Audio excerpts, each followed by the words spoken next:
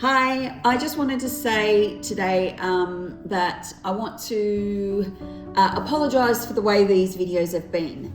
You see, I've just started working with a teleprompter because I find if I just try and do these videos off the cuff, I forget things or I muddle things up in my head. It's all part of that menopausal brain fog type thing. And I really want these videos to be really full of information, and the subjects are really important to me, so I want to make sure I get it right. However, it's a lot harder to read from a teleprompter than you think it's going to be. So you have to just excuse me for my stilted type talking and my eyes occasionally flicking across the screen until I get the hang of this thing. I am practicing. So I hope you enjoyed today's video.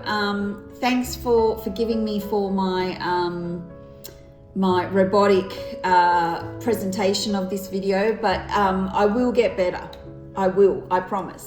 Hello and welcome to this week's video. My name is Amanda and I am the founder of Story and Stone. Welcome if this is your first time viewing my videos. I hope you like what you see. If you're a returning viewer, then thank you from the bottom of my heart for supporting me. I truly, truly appreciate it. So this week I wanted to talk about a subject that has been on my radar for quite a while. Ever since my mum passed, in fact. You see, I started seeing patterns playing out within my family dynamics. It is very hard to see that sort of thing when you're in the thick of it. And so when my mum passed away, I sort of stepped away from my family energetically and observed the ways in which we dealt with each other and the patterns that we were playing out and that I knew had played out in previous generations from the research I'd done on my family history. You see, there are other things that can be passed down to us from our ancestors besides health issues and physical traits. In the last couple of years, I've been reading a lot about the wounds that are passed down to us from our ancestors.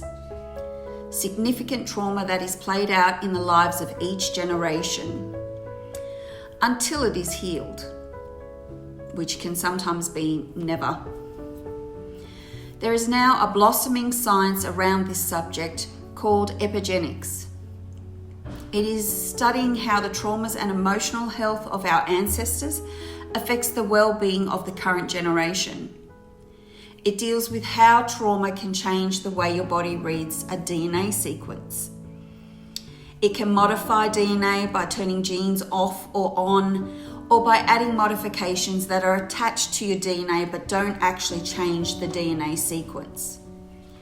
These changes can affect things like mood, behavior, metabolism, how we age, and whether we are susceptible to certain diseases, in particular cancers. Because I'm an energy healer, I also have found that sometimes I can see anomalies in clients' energy fields that show me trauma not only from their own life but from further back, sometimes generations back. So I truly believe that ancestral wounds can have a direct effect on our lives. The same also applies for the wisdom from our ancestors that can be beneficial to us. The stuff that we know but we're not quite sure how we know it. All you need to do is think back to conversations you've been a part of at family gatherings, and you may remember hearing things like, the women in our family have been plagued by depression, or on a more positive note, oh, you have the family gift of herbalism. And it's not just trauma from your own family. It can also be trauma from the collective. It can affect us in such ways, for example, like the Jewish people and the atrocities committed against them by Hitler.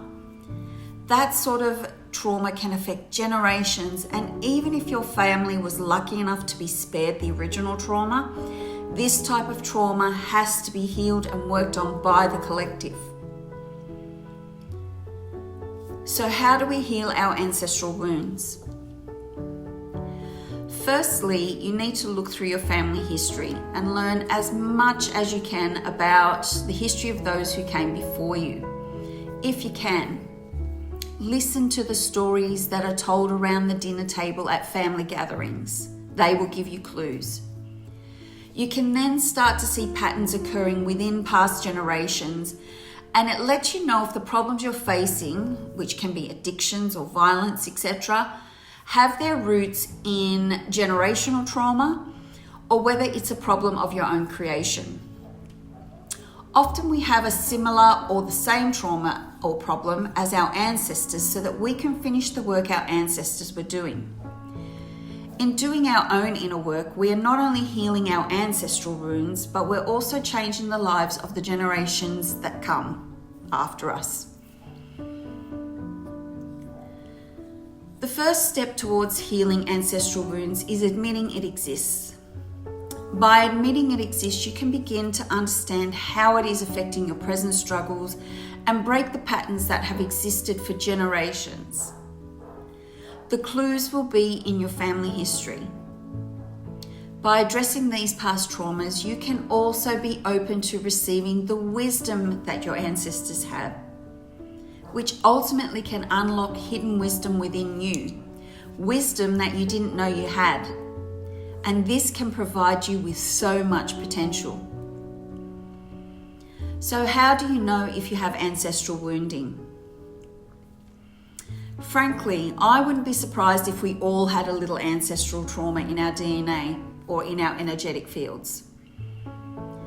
I feel the biggest clue is the patterns of behavior, thoughts, and situations that keep popping up in your family through multiple generations. Another way that you can tell if you've got ancestral wounding is that no matter how much you work on yourself, you never seem to move forward. You just keep repeating the same cycles over and over again, which can feel so frustrating. You may also feel like you absorb one or both of your parents' problems or pain, and that somehow you are responsible for healing them. That can be another indicator that you have ancestral wounding.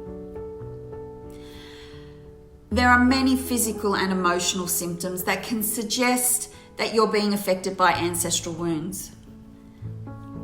Sometimes obesity can be a sign your body is trying to protect you. And if there is nothing in your current situation to be protected from, then looking back through your ancestors' lives may give you a clue as to why you're holding on to that weight. I first heard of ancestral wounds when I was investigating why I had endometriosis and how I could heal myself. I found that often reproductive diseases in women can be a part of ancestral wounding, along with autoimmune diseases like chronic fatigue and fibromyalgia. To truly heal, I feel it requires a lot of self-compassion, but also compassion for your ancestors and the work they tried to do in their own lifetimes to heal. They were doing the best they could with the tools they had at the time. You need to come at your healing from several directions. Physical, like doing somatic yoga, other therapies and treatments, emotional work through a counselor or a therapist that specializes in ancestral healing, and of course, energy work. Doing this work will give you a deeper connection to your body, and some of us may finally truly know ourselves for the first time in our lives. When we truly know ourselves, who we are, then that ultimately provides an improvement in our overall health and well-being. Well, that's it for this week's video. I hope you have enjoyed it. If you do have any questions, please don't hesitate to comment below or contact me via my website, storyandstone.com.au. I want to thank you for watching today. If you enjoyed this video, please remember to like, subscribe, comment, and share. It really helps me reach other people who may find this video is just what they need to see. If you want to find out more about Story and Stone, then you can go to my website or check out some of my other videos. Until next time, please spread your love and light, and I will see you in the next video. Bye.